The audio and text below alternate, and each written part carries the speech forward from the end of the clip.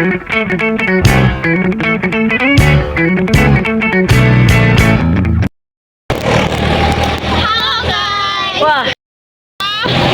Dari kelompok 2 kita ke bagian Anjungan Bali. Sekarang kita OTW ke anjungannya. Stay tune ya, dadah. Saya akan mulai dengan dari sejarah Anjungan Bali. Nah, sejarah Anjungan Bali dibangun pada tanggal 20 April 1975 yang digagas oleh almarhum Ibu Tian Soeharto dan arsitekturnya yang bernama Idil Bagus Tubur. Nah, mengenai luas Anjungan Bali ini sekitar 6.632 meter persegi Anjungan Bali. Tuh. Nah, sekarang yang di depan adik-adik ini namanya Bali apa? Ya, Bali Gede. Bali Gede, apa fungsinya? Bangun ini berfungsi sebagai tempat untuk upacara jatnya bagi agama Hindu dalam rangkai rangkaian yang berhubungan ini sehubungan dengan siklus kehidupan manusia, antara lain apa yang menyangkut dengan upacara jatnya. Di sini ada pernah dengar orang ngaben? Nah, itu gimana? Dibakar. Pakai apa? Kita pakai air.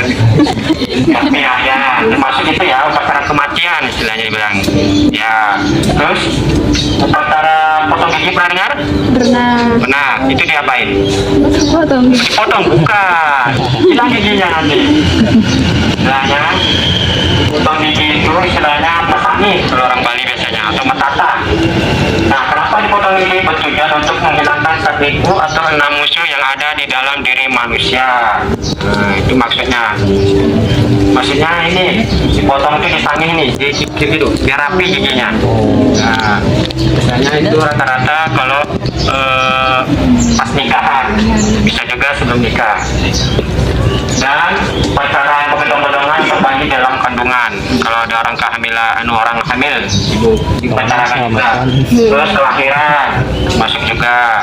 Disinilah perkawinan, nikah. Karena itu bagian dari upacara yatnya.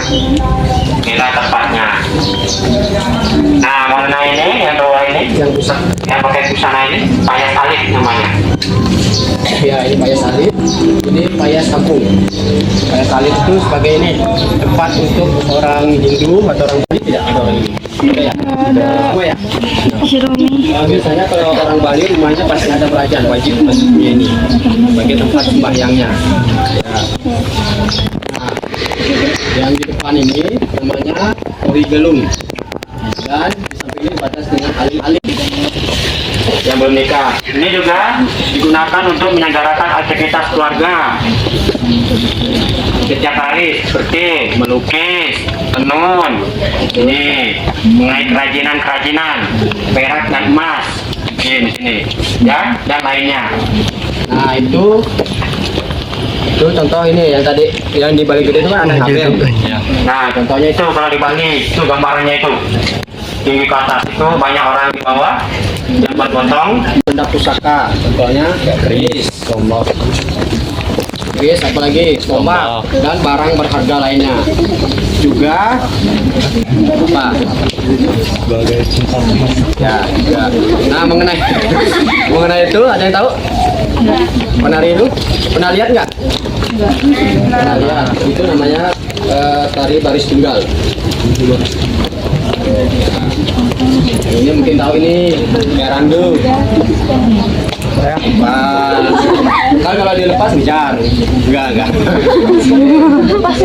Ya. Itu randunya sama dia. Tanya. Oke, selanjutnya. Ruangannya itu pada kapal itu sama kalau rumah ya tuh. Emang nggak mirip sama yang di sana ya? Ini juga sebagai ini, kalau di sini juga sebagai ini tempat perpustakaan yang dibaca. Logi, ayo selanjutnya ke Balai Jeneng. Ini digunakan untuk tempat penyimpanan padi atau lumbung padi. Pernah dengar tidak? Hah? Tidak, ya sekarang dengar ya. Maupun hasil pertanian lain. Nah, yang dimaksud dengan lumbung padi Ketika para petani habis panen pagi, misalkan ditaruh di dalam karung hasil panennya, ditaruhlah di atasnya, bukan di sininya.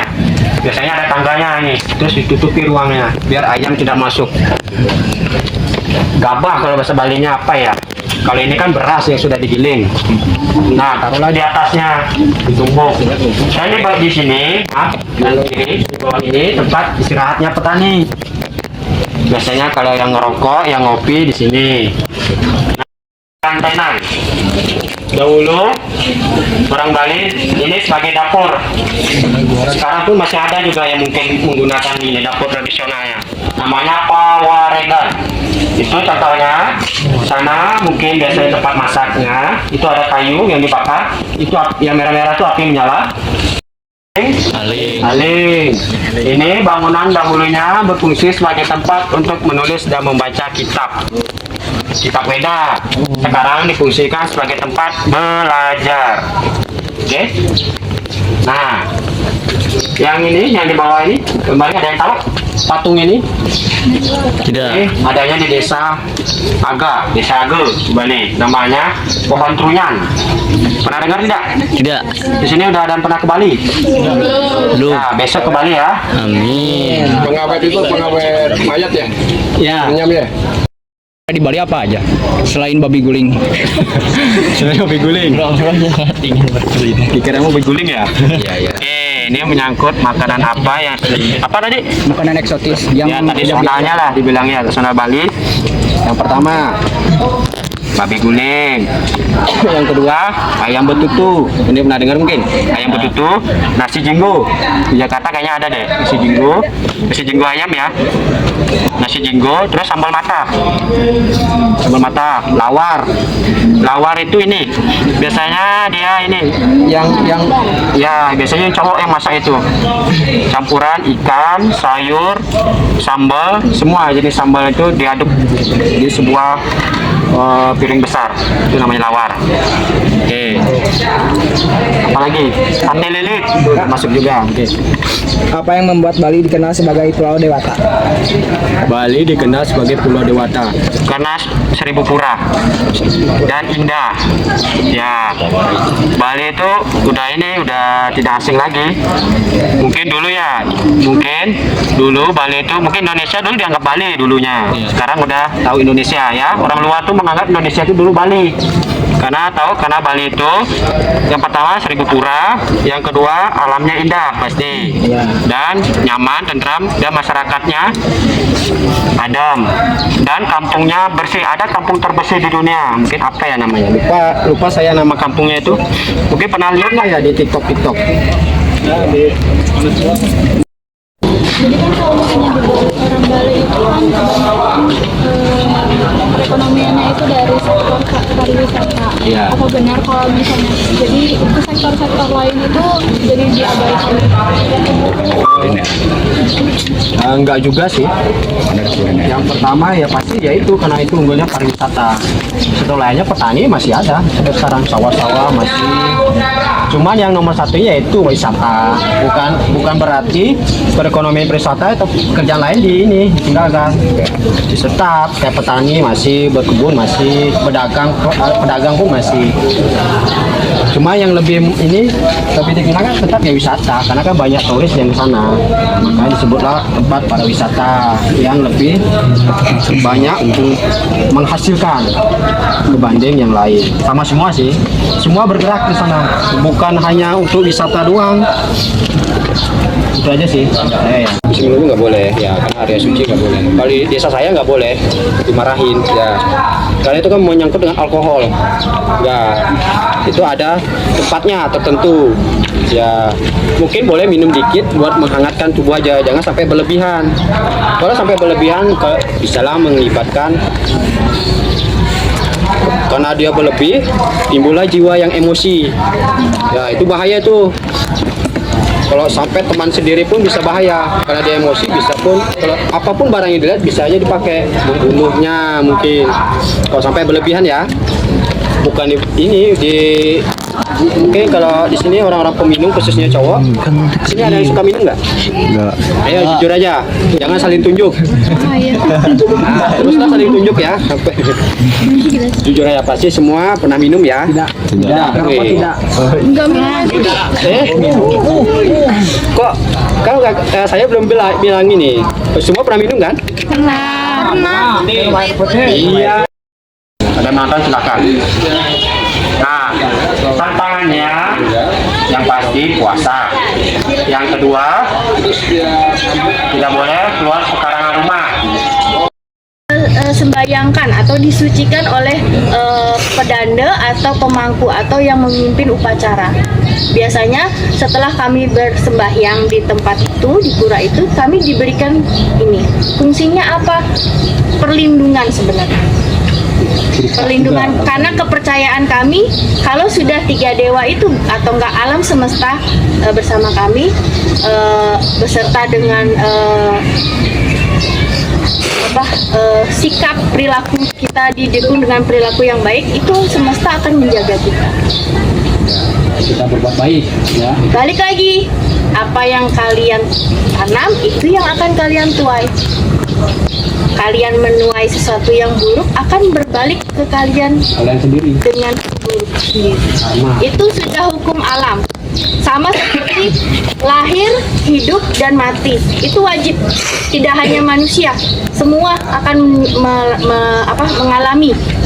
Hanya waktu. Jadi kami dari kelompok 2 sudah selesai bertanya-tanya atau berkeliling-keliling seputar tradisi atau kebiasaan orang Bali. Jadi stereotip kami tentang kalau misalnya orang Bali itu serius sama budayanya, orang Bali itu sangat-sangat religius. Iya benar, karena pada tradisi murninya bahkan tempat untuk makan, memasak, beribadah, membaca, belajar, beristirahat, menyimpan hasil panen pun itu dilakukan secara terpisah agar semuanya itu teratur dan terlaksanakan dengan baik. Lalu orang Bali itu stereotip kedua itu ada orang Bali ramah atau sopan pada orang-orang pendatang atau turis. Jadi orang Bali itu pokoknya emang menyambut dengan ramah karena mereka mengutamakan kebersamaan, terus toleransi karena mereka tuh mengutamakan prinsip tabur tuai. Jadi jika kita menanam kebaikan, kita juga bakalan dapat kebaikan gitu. Dan sebaliknya, kalau kita melakukan keburukan, kita juga akan mendapat hal-hal yang buruk-buruk gitu. Nah terus ada stereotip negatif kalau misalnya orang Bali itu mengabaikan sektor lain karena unggulnya di pariwisata, sektor pariwisata itu enggak ya, karena mungkin emang lebih unggul di sektor pariwisata karena emang Bali itu indah. Jadi masuknya mereka itu memanfaatkan sektor pariwisata itu lebih karena di situ kemampuan mereka juga. Tapi karena sektor-sektor lain masih tetap dipakai dan dijalani dengan baik dan benar. Udah. Oke guys, sekian. Makasih. Bye-bye. Bye.